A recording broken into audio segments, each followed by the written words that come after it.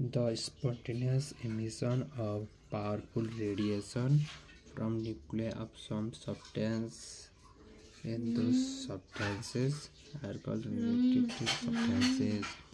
The substances, है example यसको के हो भने uranium, radium, thorium, etc.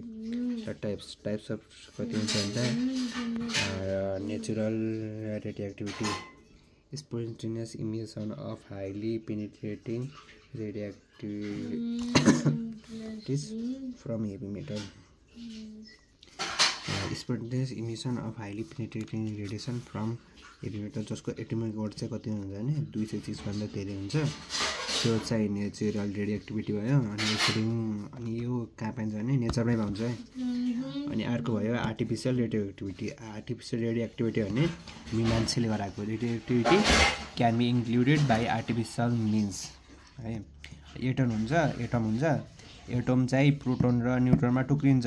अनि टुक्रिएर यो प्रोटोन अनि यो अनस्टेबल फर्ममा हुन्छ, यो स्टेबल फर्ममा जान्छ। अनि स्टेबल फर्म जानेलाई त्यसले के इमिट गर्छ भने त्यसले हाई रेडिएसन नि इमिट गर्छ कि।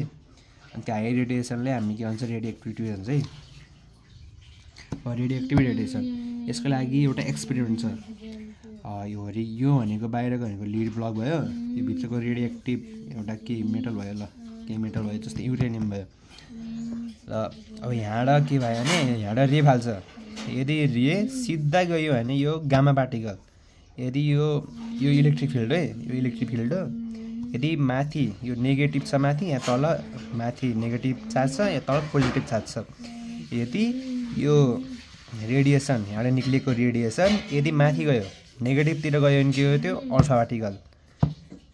भनेपछि योबाट के थाहा भयो भने अल्फा पार्टिकल पोजिटिभली चार्ज हुन्छ कि।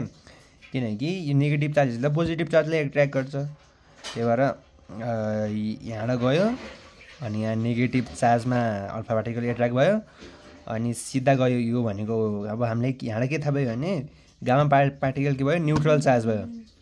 यो पोजिटिभ नि हुन्न नेगेटिभ नि हुन्न।